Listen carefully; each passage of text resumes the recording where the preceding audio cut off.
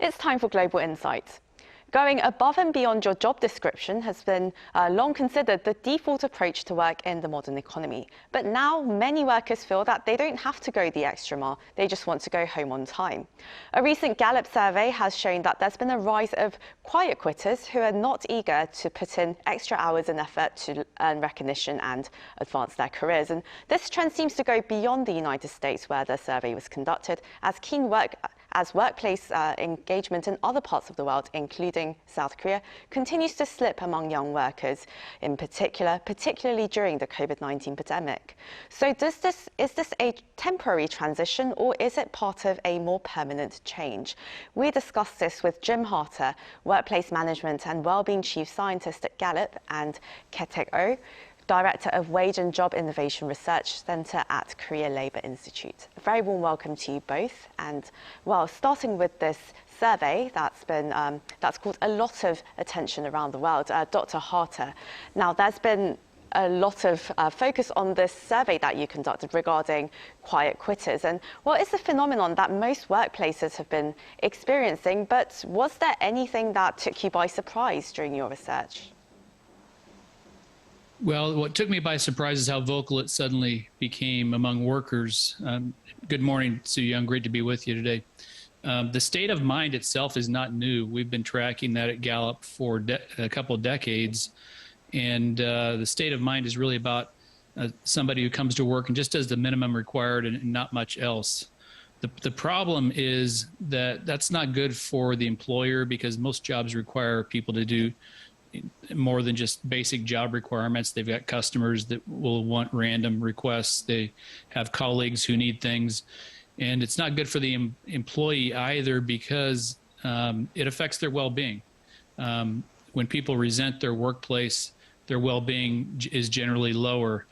And so the other surprise, Soo Young, that I thought was kind of interesting is, as you mentioned, it is among younger workers. We're seeing a shift from not just being engaged or not engaged at work, but actually being actively disengaged. That's gone up significantly. So they're almost like they're loud quitters.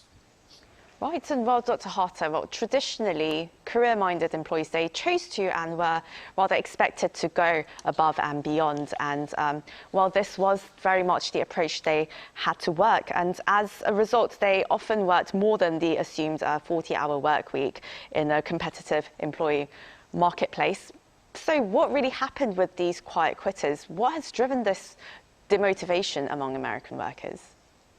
There's been a big drop in people feeling their employer cares about their well-being. There have been some increases in burnout as a result of that. And what that tells me is that employees and employers are becoming more distant, and employers are less in touch with their employees and what's going on in their lives. And that's a big problem. It can be fixed.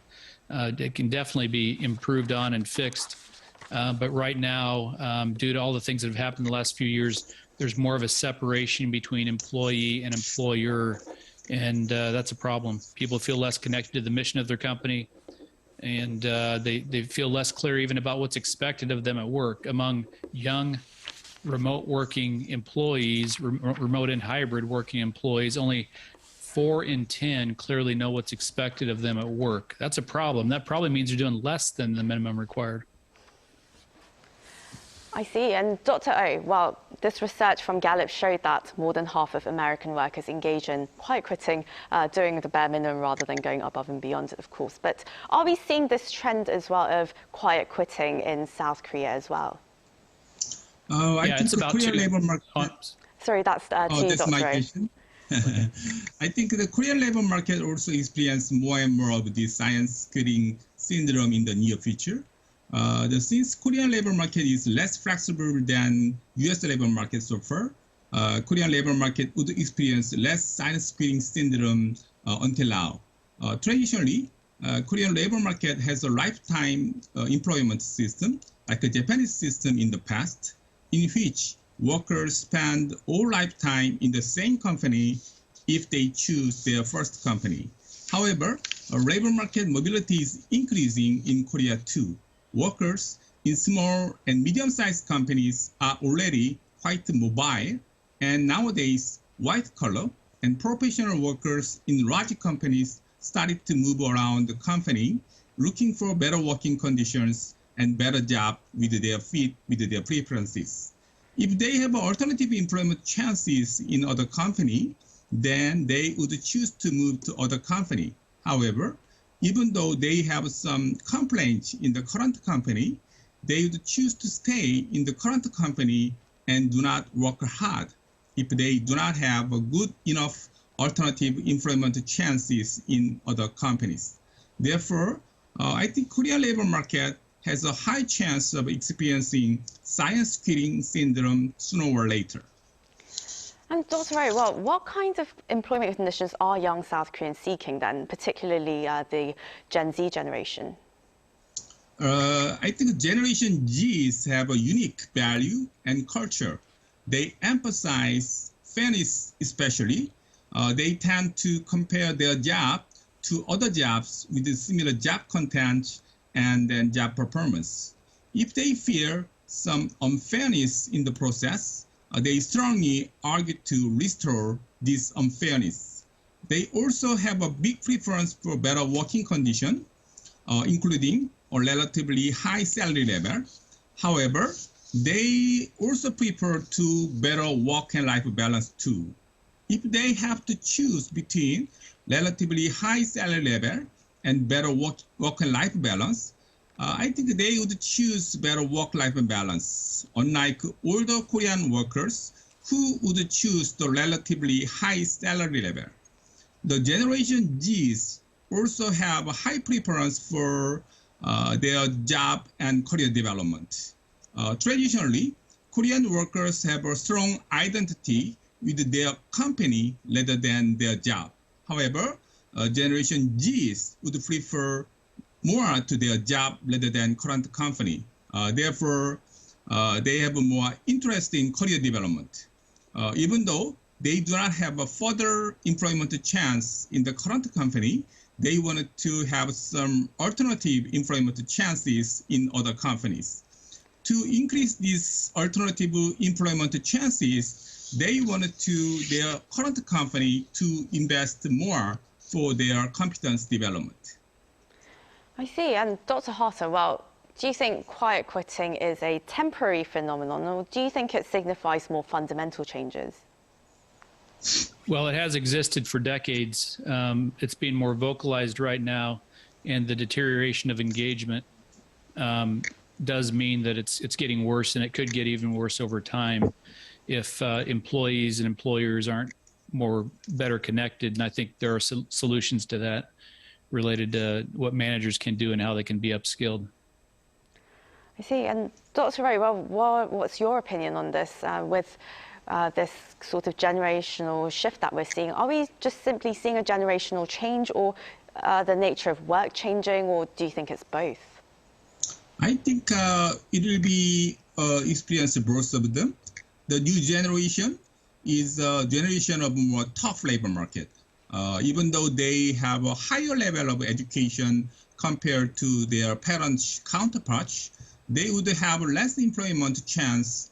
And then even though they find some employment chances, their working condition and employment status is less stable.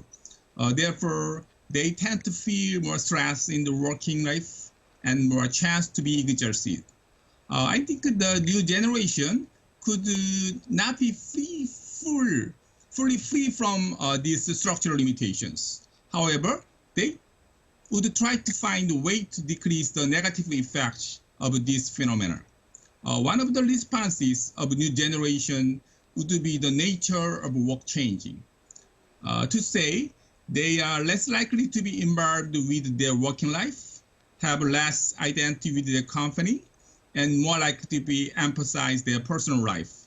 Therefore, companies which have to manage this new generation have to understand the changes of work nature of this generation and better to create a new management style to cope with these big changes. So, Dr. Harter, well, your research has shown that employee engagement has been going down, particularly since the second half of last year, and you presented some solutions to quiet quitting as well. So what would some of those solutions be? I'd say the first thing is to address manager engagement. Only about a third of managers are engaged in their work. And if managers aren't engaged and they feel more burnout, you're probably not going to solve the issue of the quiet quitters or people being disengaged at work. Second, managers need to learn how to have the conversations to help employees reduce disengagement and burnout. Only managers are in position to know the situation each employee is going through and what's going on in their lives. And so they have to be upskilled so they can have those conversations. Gallup has found that the best requirement for them to develop is to develop a habit of having at least one meaningful conversation every week, 15 to 30 minutes with each employee, so they know what's going on in their life. They know they can rehash their priorities. They can recognize them for the good work that they've done. And they can have conversations about how they and their colleagues can collaborate effectively together and set priorities. So I think one meaningful conversation a week is a really good goal. And I think managers can be upskilled to do those kinds of things. And they need to build in accountability so that individuals know how they're doing in terms of their performance, that they know how well they're collaborating with the people around them, and really, really importantly, that they know what value they're bringing to their customers. We've seen some deterioration in our data in how employees feel about how customers are being served. And there's national data that shows that customers feel the same way. So that's a big risk, but it can be solved with good management. Mm-hmm. Well, in terms of addressing the sort of work-life balance that the younger generations want, Dr. Oh, it seems that some countries are turning to flexible working and employment conditions, such as a 4-day work week. But in South Korea, though, only really white-collar conglomerate workers can actually take advantage of such systems. So what do you think could be done to ensure that all workers can really enjoy a better work-life balance?